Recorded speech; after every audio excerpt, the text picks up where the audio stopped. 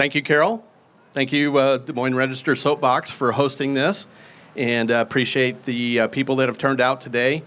And what a great day for a state fair. A little rainy, but you can always find something great to do at the state fair. So look forward to talking with everybody afterwards. My name is Todd Halbur. I am running for state auditor. And before I get into a little bit about myself and what I would like to do, first I'd like to just talk a little bit about how I got here. I'm a Republican candidate that won the primary on June 7th, and over another opponent. We had a spirited race, but the headlines afterwards were this: Todd Halbur was an upset winner, Todd Halbur, surprise winner, Todd Halbur, a political outsider that wins the auditor race. It was not a surprise to me, and it wasn't a surprise probably to my wife, my biggest supporter, but anyway, it was a surprise to a lot of other people. As a political outsider, a first-time candidate, but a very qualified candidate with a financial background and experience for this office.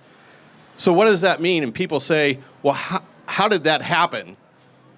How did that happen is because we live in the USA. And what I mean by that is ordinary Todd, a political outsider, can start a grassroots campaign, boots on the ground, talking to people, traveling throughout the state, and win that race. So I want to thank all the people that did vote for me, the people that did not know me or did not vote for me. I want to earn your vote on November 8th. I hope you check into my website and learn a little bit more about me at the same time. So let's tell a little bit about myself and where I've come from. And fifth generation Iowan, born and raised in Carroll, Iowa. Graduated from Carroll High in 1985, and we now reside in Clive, Iowa. My wife and I, Diane, have been married 27 years, and we've lived in Clive for the last 20 years. We've raised two kids, older kids now. Our oldest, Jack, is at the University of Iowa, and he is in his last semester graduating with a geology major. So if anybody knows that they need a good geologist in December, please let me know, because he rocks. It's a bad dad joke, I get it, but I'm going to roll with it. Anyway, our youngest son, Ben, his first year was at Des Moines Area Community College here in West Des Moines, and now he's transferred to Iowa, just moved him in this last week, and he will start his sophomore year there in business to get his accounting degree. My background is in banking and finance. I started with, back in the day, and I graduated from the University of Iowa as well with a marketing and finance degree. Started my banking career with Norwest Financial, which then became Wells Fargo, and then I went on to U.S. Bank after that. So 15 years in the banking and finance industry. My wife and I also own a small business, and we've owned that for the last 18 years. And I've also been the CFO of a large state agency called the Iowa Alcohol Beverage Division. I was their CFO for 3.5 years. And so that's kind of my background and experience of where I'm coming from and where I think I'm qualified. And why I think that matters is that being the CFO of the Iowa Alcohol Beverage Division, I know the budget system. I know the finance system. I know the procurement laws. I've been through several different audits, and I can take that from one large state agency to several state agencies that the auditor's office has purview over, the large 27 agencies, along with cities, counties, and school districts. And I think we need a fiscal conservative with a financial agenda and a financial background to run this office for the state taxpayers, because at the end of the day, the government does not have any money. It just has all of ours. It collects all of our money, and it spends all of our money. And the auditor's role is to protect the taxpayer, and I want to be the taxpayer watchdog for you, but not only the watchdog, but just the voice of the taxpayer. What does that mean? I have a 3-point auditing plan, and I'll spell that out in 3 different kind of buckets, larger buckets, and then I'll tell you a little bit more specifics about those. So the first one is save the taxpayer money by eliminating waste, fraud, and abuse. The second one is accountability to all Iowans and to all taxpayers. Third is make some money for the Iowa taxpayer by streamlining and making government efficient. So let's go with the first one. Save some money for the taxpayers. What that means in one of my initiatives would be this. As I told you, I was the CFO of Alcohol Beverage Division.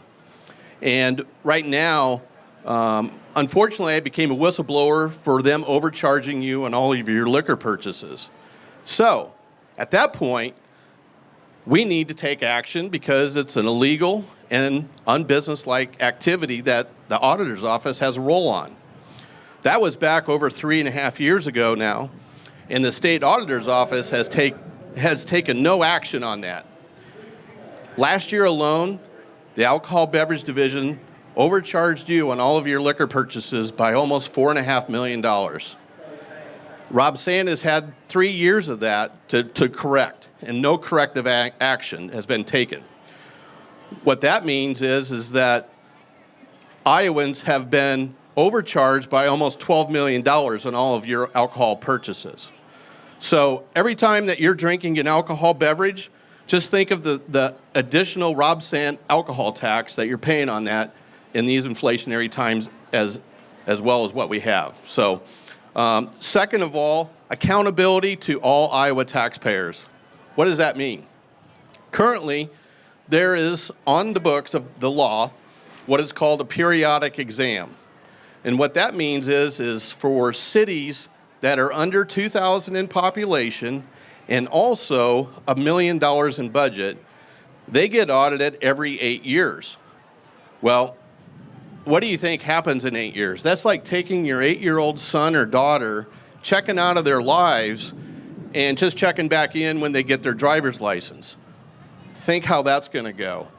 I think our smaller communities deserve an audit and the accountability of the larger cities as well. And I think I need to work with the legislature to make that change and to get it down to at least 2 years or every other year.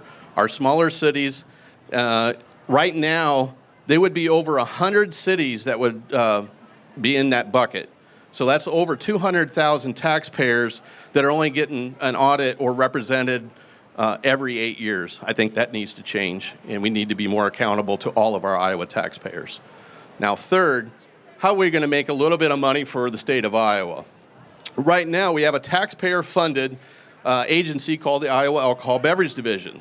It's a control state, and we need to get the Iowa Alcohol Beverage Division out of the booze business for the state of Iowa and for the taxpayers, okay?